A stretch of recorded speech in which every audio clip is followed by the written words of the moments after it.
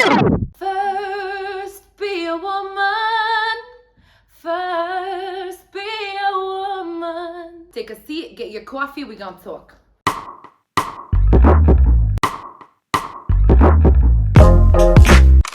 مساء الخير جميعا ونرحب بكم بالحلقة الثانية من بو عالتابو. شو عم بصير؟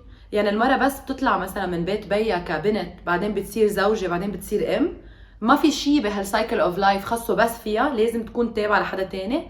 صراحة بو عالتابو. في ألوف الكلمات بالقاموس العربي الإنجليش، hundreds of words in the dictionary. بس إذا أنا هلأ قدمت لكم كلمة امرأة، شو يعني بالنسبة لكم؟ مش 3/4 دغري ووصلتوا فكرة هالكلمة تابعة لشخص تاني، لو كان بي أو جوز أو ام. How many of you really thought of power, fierceness, Oprah, Beyonce?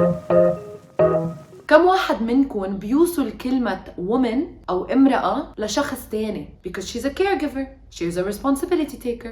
هي بتفتح بيت، هي بتهتم بالبيت. بدي أخبركم قصة. حدا سألني أنت شو بتعملي؟ أول كلمة كانت بدها تطلع من تمي هو I'm a manager in XYZ. I reflected, I'm like هيدا أول شيء أنا فخورة فيه كستيفاني، إنه I work in this firm, I do this job. And then I thought about how كلنا we are defined by what we spend most time doing. ولكن من بعد ما أخذت وقت و I self-reflected وفكرت أنا عن جد مين، أنا chronologically speaking خلقت كبنت. أنا كنت بنت تابعة لعائلة قبل ما وعيت، بس بعدين نضجت. بعدين شو صرت؟ صرت قوية، صرت جريئة، صرت الكلاون بماي كلاس روم، الكلاون بين أصحابي. And here I started realizing إنه هيدا مش متوقع مني.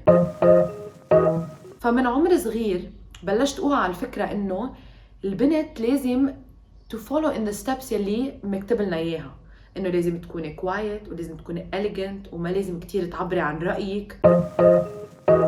وانا قررت بدي ناقض هالموضوع و I want to go against it. وبتذكر كان في مرة هيك super Sunday day at church with the family وكل شيء، وانا ماشية I was wearing a dress with like little heels وعم بتمشى and she's like Stephanie إنه walk more elegantly، إنه مثلا close your legs. I'm like no. In the middle of church I was like no, I want to walk this way. And then she looked at me, she's like this was a defining moment where كان فيها تسكتني أو كان فيها تطلع فيه وتقول you know what, do you. And guess what she did? She told me fine, express yourself how you are. أنا بس فكر بالنسوان بحياتي كتير أنا معودة حدا يقول لي oh yeah my dad is on a business trip و I go like wow good for him.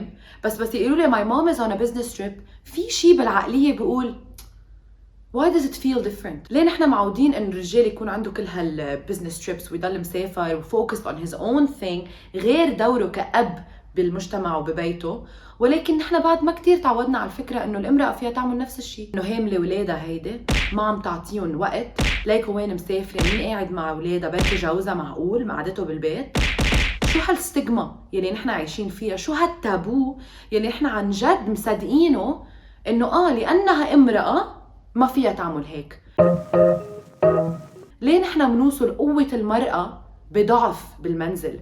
ليه ما بنرمز قوة المرأة كرمز سند لبيت، سند لعلاقة، رمز قوة لبنتها تفرجيها انه انت عندك طموحات كملي فيهم.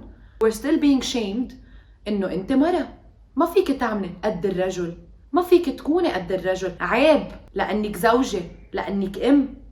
وبو على هالتابو. growing up كتير عالم بيتوقعوا منك تجاوب على طريقتهم وانت بتستحي بس ما بدك تجاوب مثل ما انت بدك. انا بدي اشجعكم كلكم بس حدا يسألكم شو يعني انت كامرأة، شو يعني انت كرجل. don't just think of what society wants me to say, think of who you truly are. فاذا اليوم انتوا سألتوني انت مين، ما حجاوبكم بوظيفتي، ما حجاوبكم انه انا بنت او جوزة او ام، رح جاوبكم انا مين. أنا امرأة قوية، جريئة، متعلمة، بريئة، شوي crazy sometimes but don't press my buttons. I'm all of these things not just لأني موصولة بشخص تاني، ولكن because it's who I am as an individual. وأنا بشجعكم كلكم تفكروا بهالطريقة. I did that when I was in the shower today. I get yes.